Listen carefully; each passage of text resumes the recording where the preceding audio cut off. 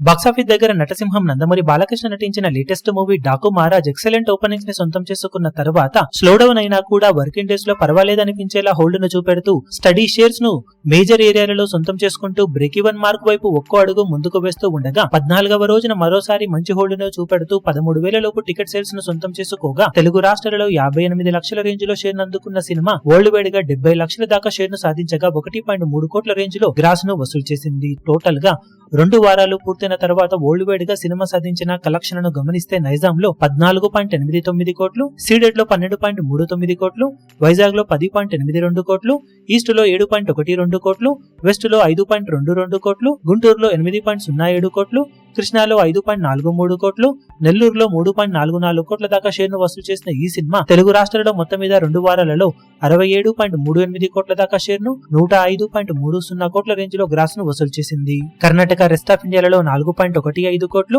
Overseas లో 8.15 కోట్ల దాకా షేర్ అందుకున్న ఈ సినిమా వరల్డ్ వైడ్ గా 79.68 కోట్ల దాకా షేర్ ను 131.75 కోట్ల రేంజ్ లో గ్రాస్ ను వసూలు చేయగా 82 కోట్ల బ్రేక్ ఈవెన్ టార్గెట్ తో బరిలోకి దిగిన ఈ సినిమా 2 వారాలలో 97% వరకు రికవరీని సొంతం చేసుకోగా మరో 2.32 కోట్ల రేంజ్ లో షేర్ ను సొంతం చేసుకుంటే క్లీన్ హిట్ గా నిలుస్తుంది. ఇక బాక్సాఫీస్ దగ్గర సినిమా ఈ ఆదివారం మరోసారి జోరు చూపించే అవకాశం ఉండగా మిగిలిన రన్ లో సాధించే కలెక్షన్లతో బ్రేక్ ఈవెన్ ను ఓవరాల్ గా పూర్తి చేసుకునే అవకాశం ఉందని చెప్పాలి. ఇప్పుడు